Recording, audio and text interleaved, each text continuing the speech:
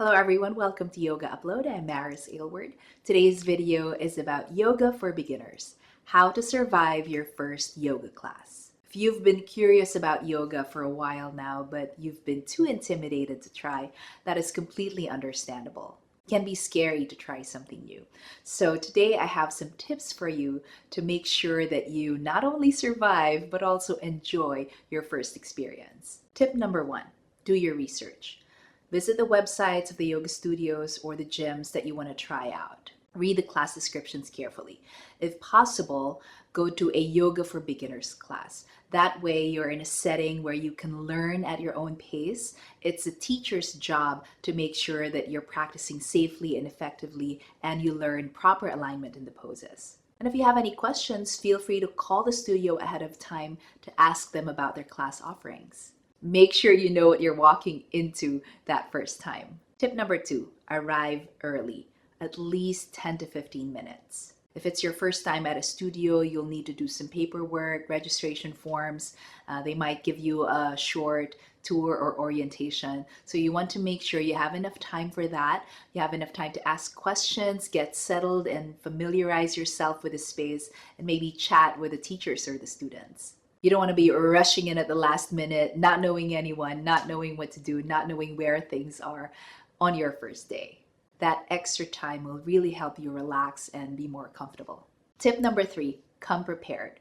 There are several things that you need to prepare for. First, dress appropriately.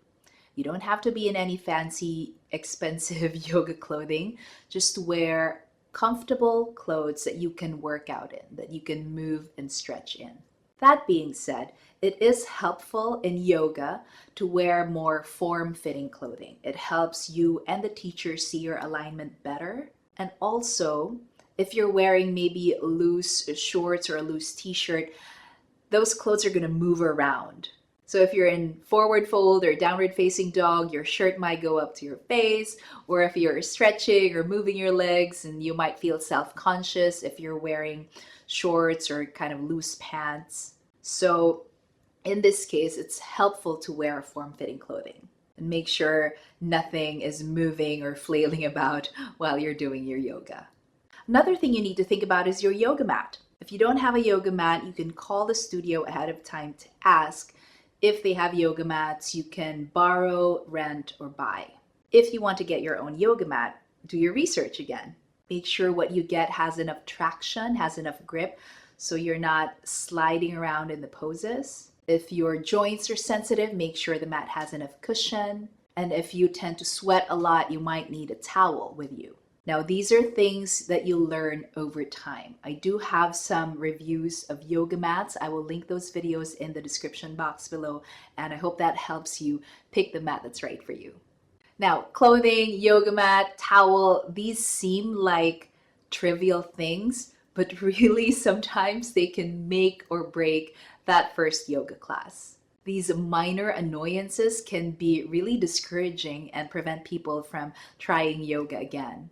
So if that does happen to you, rest assured that that happens to almost everyone.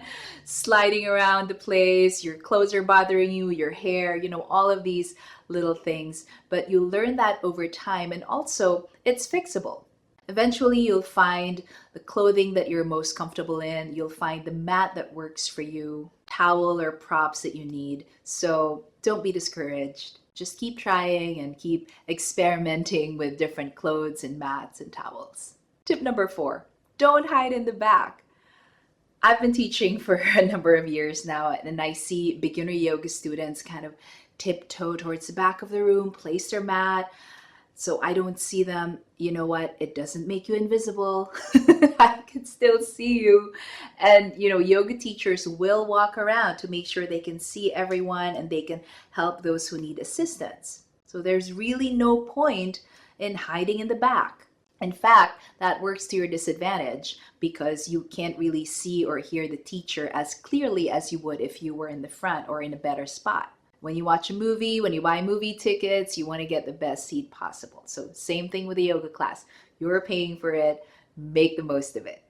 I understand this hiding in the back because you're feeling self-conscious because you're new and you feel that people are looking at you.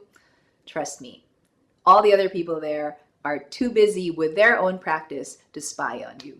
So don't worry about that. Just pick a spot where you can see and hear the teacher clearly. It'll be way better. You'll learn so much more. Last tip, have a beginner's mind. Have a mindset that's open to learning, open to making mistakes.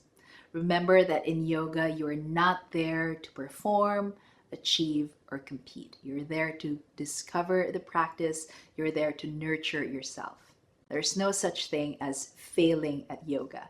You show up, you practice, you learn, and enjoy yourself. Come in with a positive attitude, sense of adventure, a sense of humor, and just trust the process.